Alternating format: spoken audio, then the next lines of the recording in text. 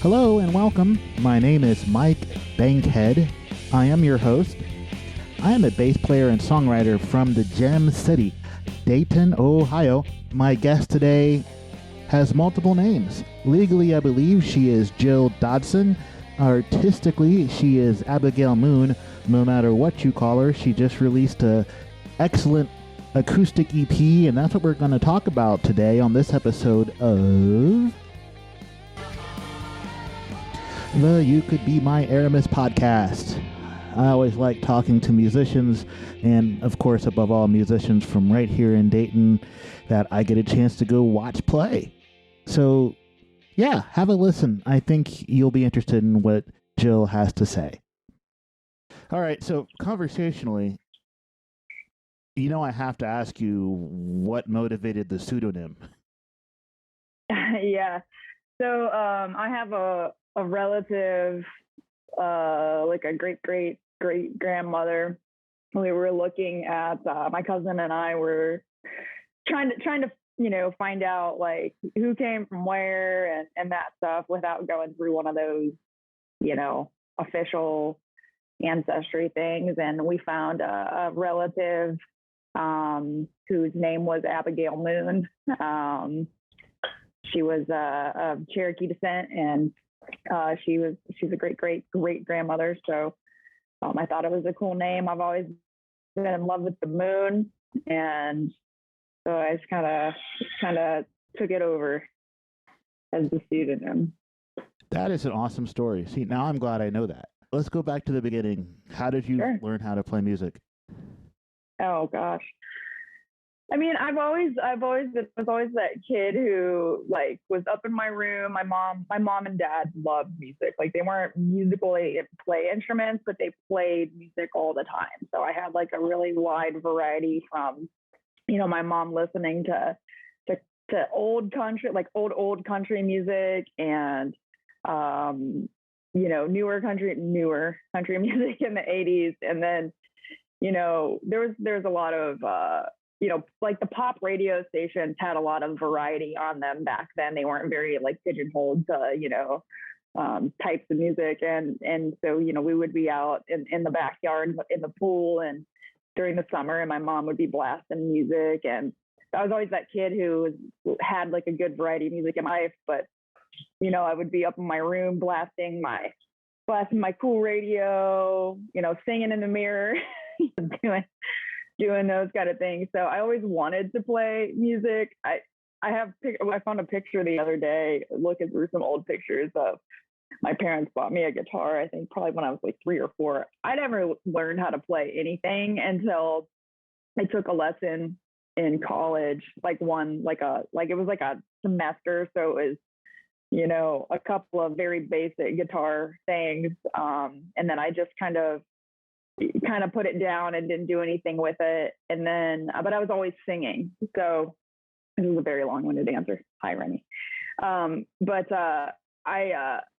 friend of mine, we were at like a Halloween party, and she told the people that were there that I could sing, and they were looking for a singer. And we kind of like, I don't know, they did like a tryout or whatever. And that was how I ended up in my first band. And I only sang for like my first like 3-4 bands, and then started to try to learn how to play the guitar about 10 years ago.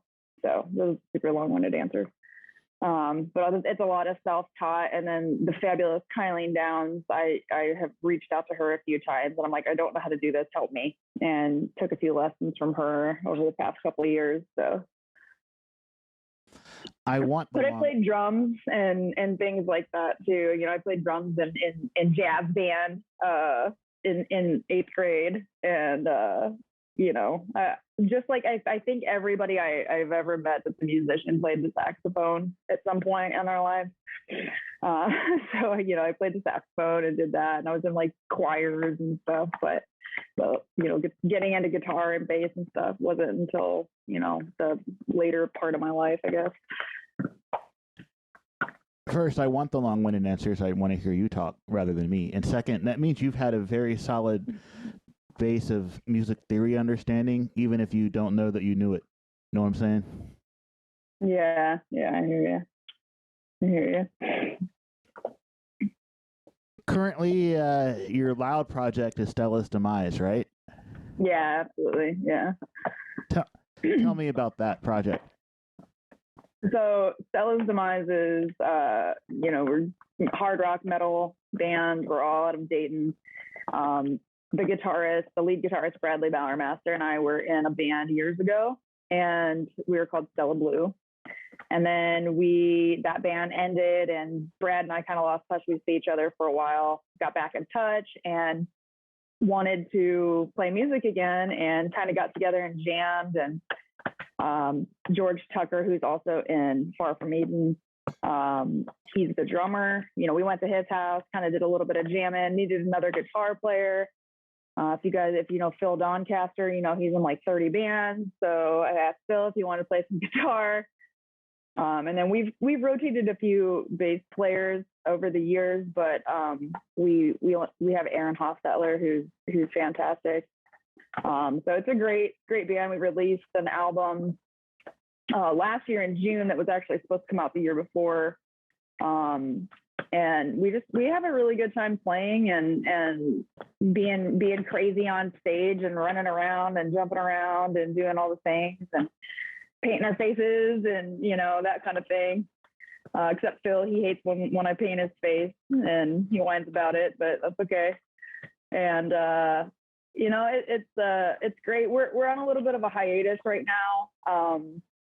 There's a lot of things happening with everyone in the band. I've got this project going. Brad's working on another project with some other folks, and Phil and Aaron both have had babies in the past couple of years, and George is busy and all his 8 bands that he's in, and so we're hoping to kind of reconnect here in the next couple months. But it's been great. We've been doing it for 4 years, 5 years, 2018. What year is it? 2000. So 4 years.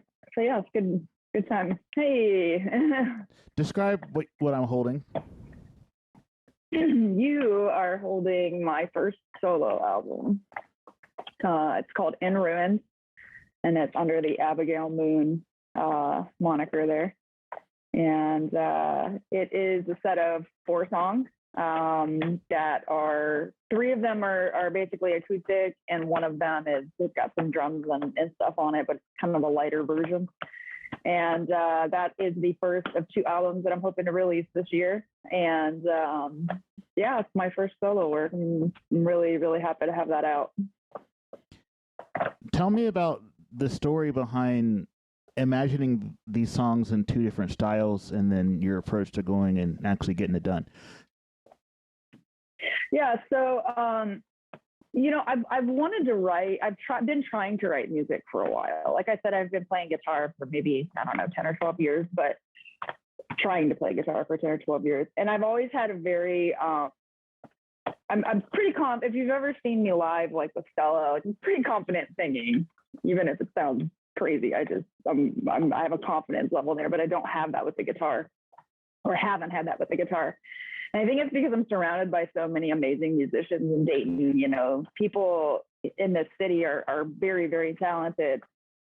There's so many really, really great guitarists around here. So it's kind of nerve-wracking to like try to go out and play in front of these people when you're going to fumble notes, and that you can't do all of the runs and all of the I can't play a B, my fingers won't do that.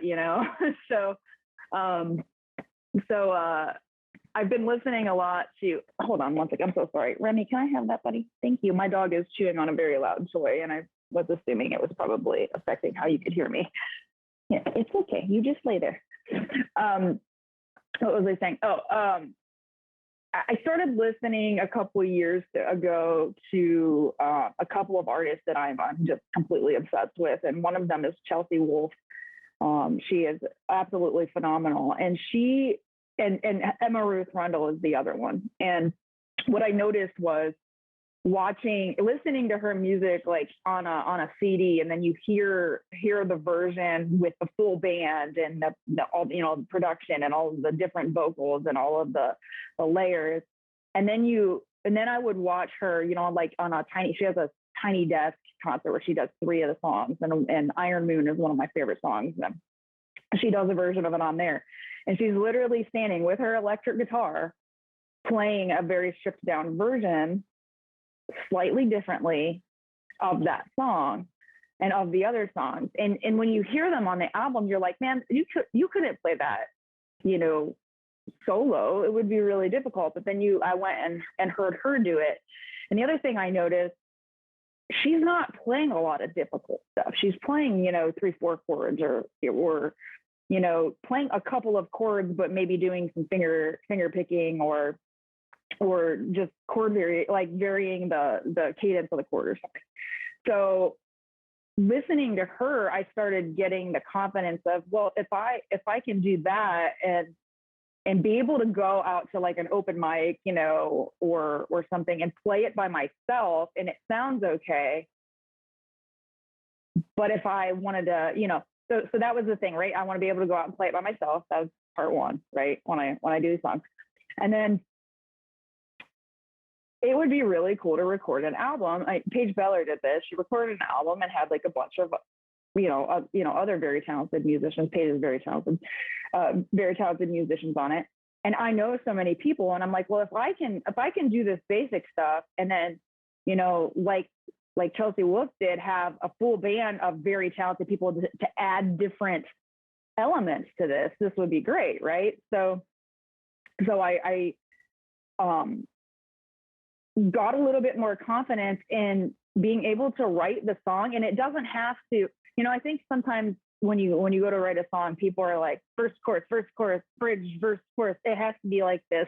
It has to be like this pattern, or you have to have it has to be, a different line in every single verse, but starting to listen to some of these other artists that maybe aren't like your mainstream, on whatever, I don't even know what radio stations exist anymore. But these, more underground artists or these indie artists, they're not, you don't have to do that. So I just started writing it from what it was feeling, how I was feeling it. And if I didn't want to make a change in it, I didn't. And then I started talking to some friends of mine, and I was able to send it to them and say, hey, I want to do this version of this song with a full band. And as we were doing that, it was really neat. So Micah Carley at Popside Recording up in Troy had never done it like this before. This was a COVID album. I mean, I sent this thing to several Dayton musicians, and only like a couple people practiced the song together. No one ever heard what the other person was doing. And in most cases, they weren't in the studio with the other person because it was COVID. So we were trying to keep, like the amount of people in the studio down. So, Luna is a great example of this. And I pull that out because you've mentioned that you do like that song, and I really appreciate that. That's actually the first song that I wrote off of all of this. And I started writing that song like over 6 years ago. Wow. Yeah, it's been a long time. And again, that's part of that confidence, right? Like I didn't think it was good enough because it's only I added a couple chords to it since then, but it was like only 2 chords at the time. And I'm like, it's not good enough, I always felt like it wasn't good enough. And when I sent it out and we got into the studio, and I heard, Ryan Powsett came with some like insane bass line like he does. And Georgia Goad came in and put lead guitar down, and Phil Doncaster put some drums down. And you heard this song build. When you hear the electric version of that song, it's got a different vibe. It's more like of a groove. It's more, it's still dark, but it's like got more of a groove. So then I was really like, okay, yeah, I've got to put the acoustic version on an album, and I've got to put the electric version on an album. So, and that's kind of how it all happened with all of the songs. So again, my long-winded answer, it evolved, and the way everyone came in with their different parts had changed the song. In my head, it's almost two different songs. So I wanted to put out the acoustic album, which is In Ruins, which we're holding up, and have the electric version coming out later this year. But I can go to, Peaches or Yellow Cab or wherever and play it by myself, and it works. But when you hear it with everyone else, it works in a different way. So. Do you mind if I drop Luna into the podcast recording so the listeners can hear it? Oh, I'd love for people to hear it. That would be great. That version is all right. George Tucker on some djembe, and Bradley Bowermaster is playing the lead guitar, and Georgia Goode is doing some of the backup vocals on that.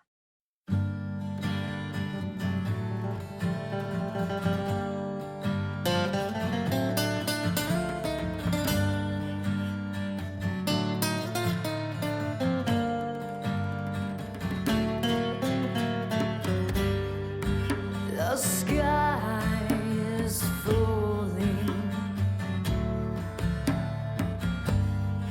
the trees are haunting, our mother's crying, our souls are dying.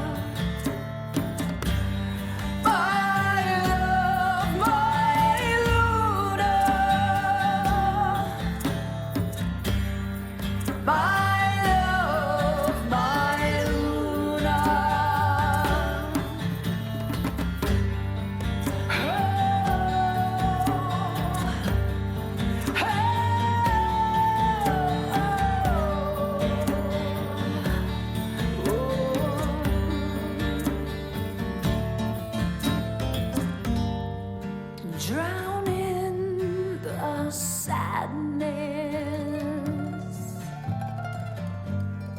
cry out in madness. It's suffocating,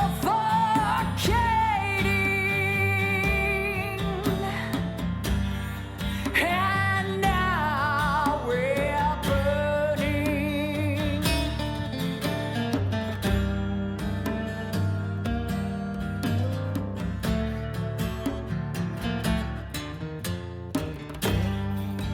My love, my Luna, my love, my Luna, my love, my Luna, my love, my Luna.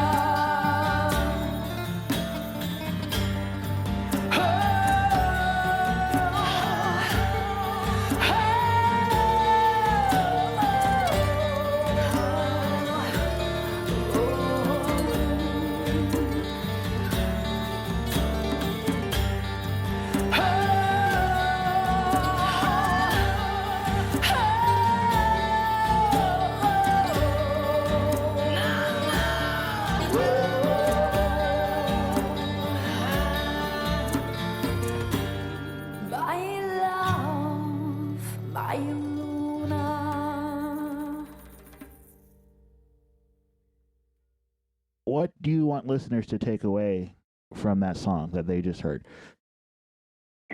So sometimes when I write a song, I have a very like specific thing in mind, like what I'm writing about.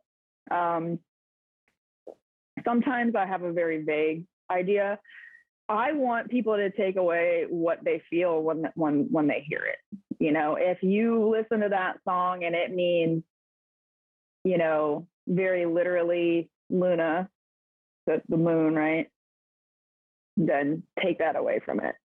I mean, that's actually how I came. I was driving home and I couldn't think of words for that song, and I pulled in my driveway and I looked up and I literally saw a full moon right in front of me, one of the real big ones, right? But if you want to take away, you know, when you're whatever you're thinking about when you hear my songs, that's what I want you to do, because I think that's what music has done for me. You know, I think it's cool to see what the artist was thinking about. I mean, literally, you know, technically it's a love song to the moon about how we are to the earth. Well, can I say that? Sorry. You can. I'm going to edit it because this is a PG podcast, but yeah, you can go ahead and say it. Cool. But yeah, it was a love song to the moon, right? But that's not what everyone hears, and I want you to hear what you hear and feel what you feel, you know? I dig it. When you sit down to write, what tool do you reach for first? Usually my acoustic guitar, just because it's easier than putting everything together and trying to get the pedal board out and stuff. But I'll usually start on the guitar, and mess around until I find, you know, a sound that I like, and then from there, you know, start humming something, and then usually for me my lyrics are last. Who are some of your musical influences that affect the way that you compose and perform? So it's a little different for what I'm doing. So for Stella, you know, I've listened to like 30 people just went through my head. That's what just happened. That's why I stopped talking. Performance wise, like running around and acting a fool, you know, that's I know it sounds weird because she's definitely not metal, but I listened to a lot of No Doubt when I was a kid, like in high school, like old No Doubt, and then even when, you know, like through the Tragic Kingdom album and stuff, and if you've ever seen Gwen Stefani run around and she's jumping on speakers and doing all those things. So some of the other bands, like if you look back in the 80s and 90s, you know, running around and being super, you know, super rock star and that kind of stuff. So that's some of like the Stella's demise, excuse me, some of the Stella's demise, like influence of me and how I stage perform. It's just fun for me, and you know, people get a kick out of it, I think. But for you know, Freya's Felines, which is myself and Georgia Goat or Cisco Red, and Kylene Downs, that's a whole different vibe. That's very, you know, Stevie Nicks, very, you know, some of the more chill acts over the years that I've watched. And we have a little bit of a different vibe, you know, with that project. And then with Abigail Moone, really watching Chelsea, you guys got to check Chelsea Wolf out if you haven't seen her. And Emma Ruth Rundle, who is phenomenal. Now she's a way better guitar player than I ever will be, and it's very hard to try to emulate what she does. But her sounds and things like that, just incredible stuff. But being able to watch them just very stripped down and playing either by themselves or with their band, and they're not running around, they're not doing anything, but it's still so powerful. That's kind of how, like, you know, I think you can have a really powerful engaging act in both ways. And so I have these very different looks on how each of the projects go. The other thing I was going to say, there are so many bands that I've listened to. College, like the dance hall crashers, or I was listening to like the punk and the ska stuff back then, and the dance hall crashers like helped me learn how to sing harmonies and stuff, because it was two female lead singers, which is, I've never seen that since then. I already mentioned Stevie Nicks. There's just so many musicians. It's hard to name them all. And when people ask me that, my brain kind of goes blank. So there's more, but those were the ones that I could remember at the moment you asked. Two female lead singers. The first band that pops into my mind is Veruca Salt. Oh yeah, duh. What am I thinking? And that's another influence. That was another influence. I love Veruca Salt. Eight Arms, the Freedom. Too. Yeah, that's good stuff. Yeah, 8 Arms to Hold You is a masterpiece. Or To Hold You, yeah. It's a masterpiece. Absolutely a masterpiece. One of the few sophomore records that's like better than the debut record. I agree. I totally agree. Yeah, that record was better than the first for sure. Back then too, there weren't a lot of the female, where there was Luscious Jackson, and she was like a little bit of a different groove, and which that was super cool too, because that was like all women, like even the drummer was, Did you know that she was the original drummer on the Beastie Boys? I did not. Yeah, look that up. That's kind of neat. Did you see that? One of my sound foams just fell off the wall. Hit me in the head.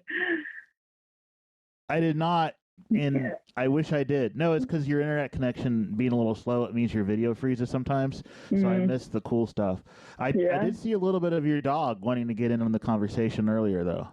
Yeah, they like to do that. I have two of them. They have their own Instagram page, so they like the camera. Oh, well, if you tell me what it is, I'll link it in the show notes, and we'll see if people can go check them out. Yeah, it's Raiji and Remy. How do you spell Hold on, I have to remember how I spelled it on here. That's a great question. It's RIGEYANDREMI. There we go. I will definitely put that in the show notes. So you've done the thing. You made your own record. You have another one coming.